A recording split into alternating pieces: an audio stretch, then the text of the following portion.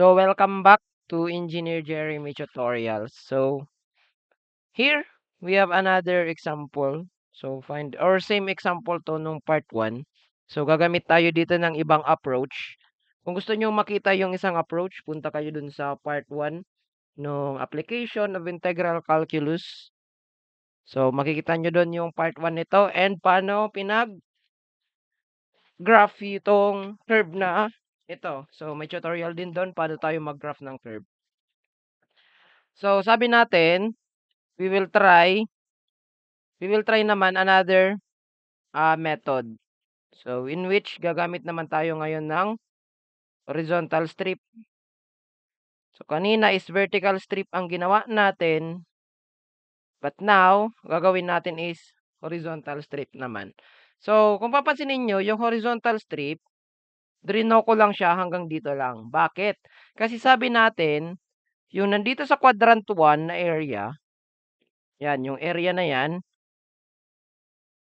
na naka-enclose dun sa quadrant 1, this area, and yung area na naandun sa quadrant 2. Okay? So sabi natin, they are similar. Okay, they are similar area, meaning yung value ng area sa quadrant 1 at sa quadrant 2 bounded by that curve is the same.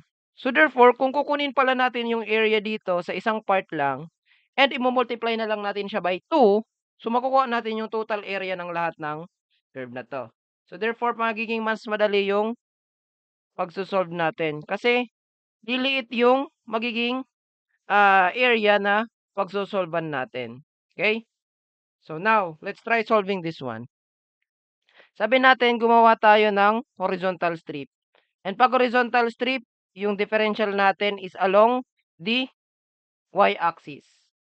Now, ito naman, kung papansinin nyo, yung total length nung strip natin, ito na yan. So, ito na yung length ng strip natin. So, x, ito. Kasi di ba mula dito, or mula dun sa y-axis, up until dun sa dulo, so, di ba the value of that is x. Yan. Yan yung value niyan. Ito yung x natin. Okay? So, yan yung x natin. So, therefore, by getting the differential area, or yung area ng differential strip na to na nandito sa loob, so, differential area is equal to xs times dy. So, xs, or the length ng strip times differential of y. Okay? Then, para matanggal yung area or differential, integrate natin. So, area is equal to the integral of x dy, or yung length ng strip natin dito. Yan, yung length ng strip natin dyan. Kasi yung makukuha natin dito, meron tayo ditong value ng y, meron ding value ng x, which is yung x natin dyan. Yan. So, now, sabi natin kanina, para makuha natin yung area ng total, lahat ng to, we need to multiply the area by 2. So, di ba? Kailangan natin i-multiply ito ng 2 para makuha natin yung total area ng lahat ng yan. So, we need to multiply this by 2. Okay, yung 2 na yan, siya na yung magiging multiplier para makuha natin yung dalawang area or the total area bounded by this curve. Okay? So, next, kung papansinin natin is ito in terms of x, while yung differential natin is in terms of y. So, therefore, we need to replace x in terms of the variable. Okay? So, we need to replace this in terms kung ano yung variable natin. Saan siya manggagaling? Manggagaling dun sa original equation. So, hanapin natin yung x value nitong graph galing dito. So, papansinin nyo, y is equals to 4 minus x squared. Kung ilipat natin yung x squared, 4, lipat din natin, magiging 4 minus y. Okay? So, then square natin both sides. Therefore, x pala natin is equal to 4 minus y square root. Okay? So, yan yung bagong equation natin. Sinolve lang natin yung value ng x kasi yun yung isasalpak natin dito. So, salpak natin dyan. So, therefore, area now is equal to 2 integral of square root ng 4 minus y. Now, limits. Sabi natin kanina, yung differential of y natin mula dito sa differential of y. So, therefore, ang limit is kukunin natin is along the y-axis. Since naka-dy tayo, along the y-axis. So, saan nagsimula yung boundaries natin? So, nagsimula yung boundaries mula dito sa x-axis hanggang saan? Natapos siya dito sa part na yan. So, ano yung mga values na yon? So, nagsimula siya sa 0 sa x-axis up until doon sa anong value to? This is 4. So, therefore, yung limit natin na ilalagay, mag-i-start siya sa 0 hanggang sa 4. Kaya importante yung pagdodraw natin para makukuha agad natin yung values ng limits. Okay?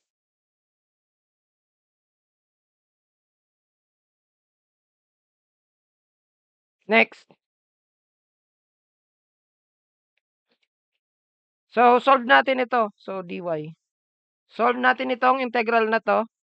So, di ba area that is equal to 2 integral of, i-rewrite natin yung 4 minus y as exponential.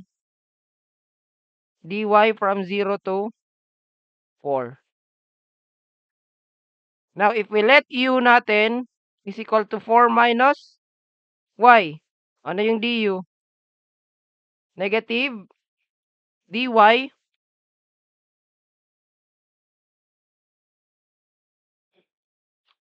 and yung n natin is equal to what? 1 half.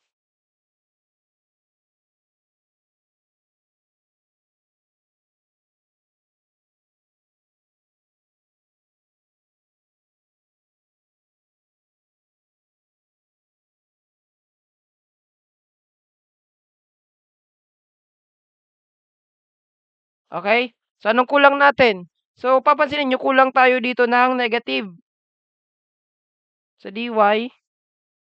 Therefore, mag-a-add rin tayo, ay magmumultiply tayo ng negative dun sa labas. Okay? So, nagkaroon na ng negative na ginatong u raised to n du. Diba? So, this now becomes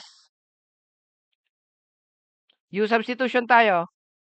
So, area is equals to negative 2 integral of. So, ito na yung u natin. So, yung 4 minus y, yan na yung u.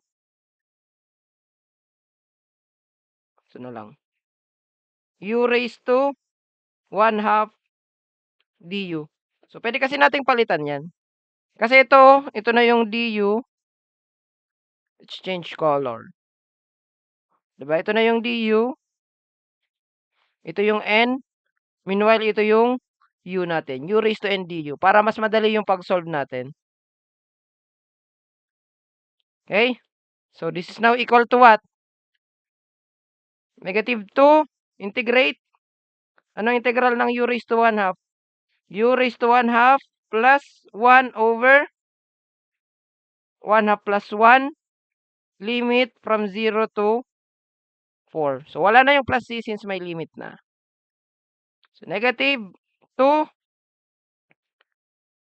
u raised to 1 over 3. O, palitan na natin yung u. Pwede na natin i-substitute yung original na 4 minus y raised to 1 half plus 1, that is 3 over 2 all over 3 over 2 from 0 to 4. Simplify natin. Negative 2 divided by 3 over 2. Negative 4 over 3.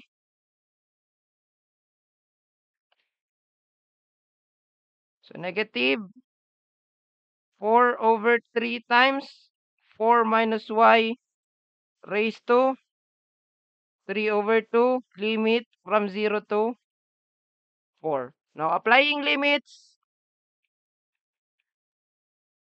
or dito na natin sa gilid para nakikita pa rin natin yung solution. Apply limits.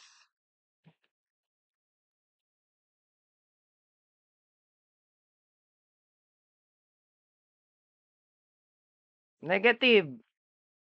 So, upper limit muna. 4/3 times 4 minus. Upper limit natin is 4 raised to 3/2. Minus lower limit, negative 4/3 times 4 minus 0 raised to 3/2. So, ano napansin nyo? Ito 4 minus 4, magsi-0 na yan. So, therefore, mag-multiply, magsi-0 na tong lahat. So, ano may iwan? Negative times negative, magpa-positive na siya. Diba? Negative times negative, positive na. Times 4 raised to 3/2. So, area now is equal to 4/3 times 4 raised to 3/2.